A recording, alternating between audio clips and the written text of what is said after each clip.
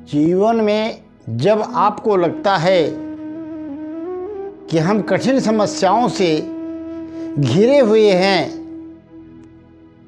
और मुक्ति का कोई उपाय नहीं दिख रहा है, जब सारे देवी देवता आपका साथ न दे रहे हों, कोई कार्य न बन रहा हो, तो ऐसे में आप गायत्री माता की शरण में जाएं। गायत्री मंत्र जो है वह ऋग्वेद से लिया गया है, इसलिए उसको वेद माता भी कहते हैं। कहा जाता है कि ब्रह्मा जी ने सबसे पहले गायत्री मंत्र का निर्माण किया और उसी गायत्री मंत्र से वेद लिखा। गायत्री का इतना बड़ा चमत्कार है मित्रों कि इसको जप करने वाले और इसकी महिमा समझने वाले अनेक बुद्ध महापुरुषों ने इतना बड़ा बखान किया है कि हम क्या कहें। जैसे महात्मा गांधी, स्वामी विवेकानंद, रामकृष्ण परमहंस और महर्षि रमण। गायत्री का जप थोड़ा कठिन जरूर है और इससे आपके जीवन में चमत्कारिक लाभ प्राप्त होंगे। जब आप चारों तरफ से हताश, निराश और धैर्य खोद बैठे, आपको लगने लगे कि मैं तो जीवन भारत स्वरूप मेरा हो गया है, धरती का बोझ हूँ, तो आप गायत्री मंत्र की शरण में आइए। माँ की कृपा होगी, आपका जीवन धन्य हो जाएगा। और लौकिक शक्तियों के अलावा लौकिक कामनाओं की पूर्ति के अलावा आपको ईश्वर से मिलाने तक का कार्य गायत्री मंत्र करता है। गायत्री मंत्र में वह प्रभाव है जो एक नई सृष्टि का निर्माण कर सकता है और वो सृष्टि को देख करके ब्रह्मा विष्णु महेश भी अचंभित हो सकते हैं। इसी मंत्र के प्रभाव से विश्वामित्र जी ने नई सृष्टि का प्रारंभ कर दिया था। तो मित्रों, गायत्री मंत्र का हम पहले आपको बताएंगे कि नियम क्या है जप करने का। पहली बार तो हम एक बार गायत्री मंत्र का जप करेंगे और उसका अर्थ बताएंगे। ओम भूर्भुवस्वः तत्सवितुर्वरेण्यं भर्गो देवस्य धीमहि धियो यो नः प्रचोदयात्।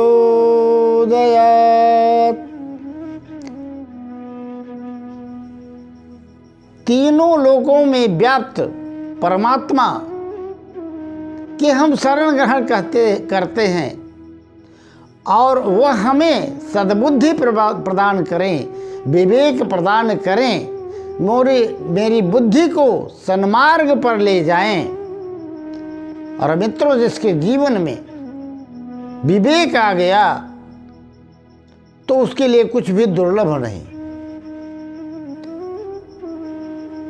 हम एक छोटी सी कहानी आपको बताते हैं। एक महात्मा थे, संत जी, वृंदावन में रहा करते थे और एक गायत्री जापक संत से दीक्षा लिए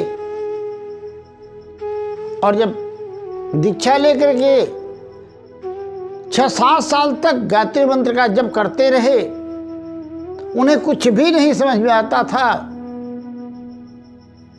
कि इस मंत्र का क्या प्रभाव हो रहा है, मुझ में क्या परिवर्तन हो रहा है। ऊब गए, काशी चले आए और काशी जब आए तो किसी ने उनको भैरव मंत्र दे दिया। जब भैरव मंत्र का जप करने लगे तो भैरव तो बड़ी जल्दी प्रसन्न हो गए। 2-3 महीने भी नहीं लगे, प्रकट हो गए, पर उन साधक जी के पीछे खड़े हो गए। बोले, बोलो क्या चाहते हो, जो चाहते हो मांग लो। तो उन महात्मा जी ने कहा, आप कौन हैं? उन्होंने अपना परिचय बताया कि आप जिसकी उपासना कर रहे हो, मैं भैरव हूं। तो बोले, आप कम से कम मेरे सामने आइए, मुझे दर्शन दीजिए तो फिर आपसे कुछ मांगू। भैरव ने कहा, मैं तुम्हारे सन्मुख नहीं आ सकता। क्यों? इसलिए कि तुम गायत्री मंत्र के जापक हो, तुम में इतनी ऊर्जा का केंद्रीकरण हो गया है कि मैं तुम्हारे सामने टिक नहीं पाऊंगा। संत की आंखें खुल गई और उन्होंने कहा कि ठीक है, जब आप मेरे सामने नहीं आ सकते तो ये बता दीजिए कि मैंने इतना दिन तक जो गायत्री मंत्र का जप किया उसका क्या हो गया, कम से कम ये तो आप बता दीजिए। तो भैरव जी ने इतना तो किया कि ध्यान में उन्हें दिखाया कि 3 पहाड़ जल रहे हैं और जल के खाक हो गए हैं। संत जी ने पूछा, ये क्या है? बोले, आज तक आपने जो गायत्री मंत्र की साधना की है उसके प्रभाव से आपके जन्म जन्मांतर के जो पाप थे वो सब नष्ट हो गए हैं, वही जल रहे हैं। आज तक की आपकी साधना इसी में चली गई। आगे आप गायत्री मंत्र का जाप करेंगे तो वह सिद्ध हो जाएगी और आप भगवत प्राप्ति के योग्य हो जाएंगे। वह महात्मा ने कहा संत जी ने कि बस आपकी बहुत कृपा है, और वहाँ से चले आए वृंदावन और पुनः गायत्री मंत्र की साधना की। मित्रों, कहते हैं भगवान ने साक्षात मात्रा गायत्री ने उन्हें दर्शन दिया और भगवत प्राप्ति करा दी। ये गायत्री मंत्र का चमत्कार है, ये शक्ति है। गायत्री मंत्र जप करने वाला चाहे विद्यार्थी हो, चाहे व्यापारी हो, चाहे धन धान्य से कमजोर व्यक्ति हो, शत्रुओं से पीड़ित हो, परंतु यदि गायत्री मंत्र का जाप करता है तो उसे कुछ करना नहीं पड़ता, न कोई मंत्र पढ़ना पड़ता है, न कोई टोटका करना पड़ता है, न कोई उपाय करना पड़ता है।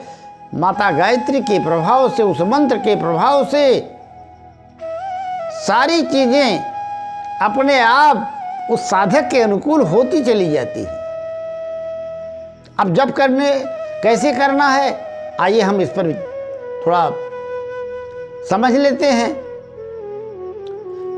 पहली बात तो गायत्री मंत्र का जप वही व्यक्ति कर सकता है जिसकी जनेऊ हो जाए। विशेषतया बच्चे जब बड़े होते हैं 12 वर्ष की अवस्था तक तो जनेऊ हो ही जाती है, यज्ञोपवीत हो जाता है, तो कर सकते हैं। तब तक तो बाल्यावस्था होती है। और कुछ लोग भ्रांतियां फैला दिए हैं कि स्त्रियां जप नहीं कर सकती। स्त्रियां जप यदि नहीं कर सकती सद्बुद्धि की देवी की, तो उन्हें सद्बुद्धि और विवेक आएगा कहां से? क्योंकि घर को चलाना तो उन्हीं को है। स्त्रियां चाहे तो घर को स्वर्ग बना सकती हैं और चाहे तो नरक बना सकती हैं। इसलिए कहीं भी ऐसा उदाहरण नहीं मिलता कि स्त्रियों को गायत्री मंत्र का जप नहीं करना चाहिए। और सभी आत्मा हैं, वह चाहे स्त्री हो चाहे पुरुष हो, आत्मा में कोई लिंग नहीं होता, सबको अधिकार है गायत्री मंत्र जप करने का। गायत्री क्या 24,000 मंत्र जप करने से एक पुरुष चरण होता है? और ऐसे 24 पुरुष चरण पूर्ण करें तो एक महापुरुष चरण होता है, तो व्यक्ति सिद्ध हो जाता है। और सिद्ध होने का मतलब उसकी उपस्थिति मात्र से उसके सारे कार्य बनने लगते हैं। किसी के पास जाने की कोई जरूरत नहीं है, परेशान होने की जरूरत नहीं है। माता गायत्री से, भगवान से, किसी से कुछ प्रार्थना नहीं करनी है, मांगना नहीं है। आप में वो दिव्य शक्ति अपने आप ओतप्रोत हो जाएगी कि सारे कार्य स्वतः होते चले जाएंगे आपके अनुकूल। आपके दुश्मन, आपके शत्रु आपका कुछ भी नहीं बिगाड़ पाएंगे।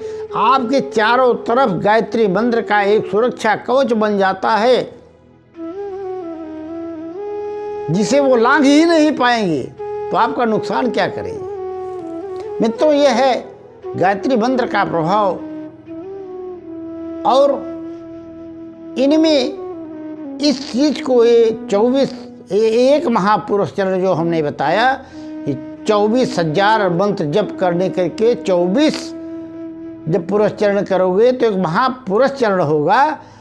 इसमें मात्र 1-2 लोग कर पाए हैं, जिसमें श्री राम शर्मा आचार्य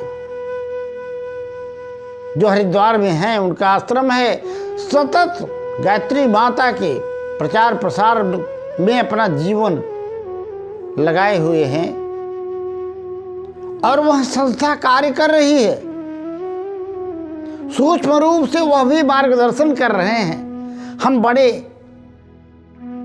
भाव से उन्हें दंडवत प्रणाम करते हैं कि उनकी कृपा मुझ पर बरसती रहे।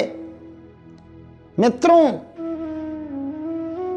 गायत्री मंत्र का मैंने स्वयं अनुभव किया है, मैं दूसरे की बात नहीं बताता।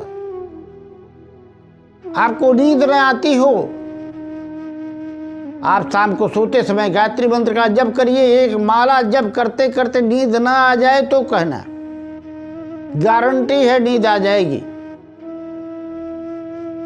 तो अनिद्रा का जो शिकार है, जो तनाव से युक्त है और जो धनाभाव से परेशान है, शत्रुओं से परेशान है, वह एकमात्र गायत्री मंत्र के प्रभाव से अजेय हो जाता है। तो एक बार पुनः गायत्री मंत्र का उच्चारण करें ताकि आपको ठीक से समझ में आ जाए और आप उसको कर सकें। ओम भूर्भुवस्वः तत्सवितुर्वरेण्यं भर्गो देवस्य धीमहि धियो यो नः प्रचोदयात्। यह मंत्र 24 अक्षर का है और सब पूरे ब्रह्मांड की शक्ति इसमें निहित है। करना कैसे है? सुबह स्नान आदि से निवृत्त होकर के पीला कपड़ा बिछा लें और आसन लगा करके बैठ जाएं और माता गायत्री का ध्यान करें। सर्वप्रथम अपने गुरुदेव, हम तो हनुमान जी को अपना गुरु मानते हैं क्योंकि कलयुग है, सच्चे गुरु मिलना कठिन है। और जय जय जय हनुमान गोसाई कृपा करो गुरुदेव की नहीं, इतना कह करके आप जिसे चाहें और न तो चाहो, आप सबसे बढ़िया है ये भोलेनाथ को गुरु मान लीजिए। उनके सामने आप प्रार्थना कीजिए कि मैं गायत्री मंत्र की उपासना करने जा रहा हूँ, मेरी सहायता कीजिए और मेरी मदद कीजिए कि माँ की कृपा मुझ पर हो जाए। ऐसा करके जितना भी कर सकते हैं, कोई लिमिट नहीं है। 10 बार, 20 बार, 21 बार। और अच्छा तो होगा कि एक माला या 3 माला का जप करने वाला बहुत जल्दी प्रगति करता है। तो आप गायत्री मंत्र का आश्रय लें, शरण लें, आपका जीवन धन्य हो जाएगा। मित्रों, प्रसंग आपको कैसा लगा? अगर अच्छा लगा हो तो जय वेद माता कमेंट में अवश्य लिख दीजिएगा।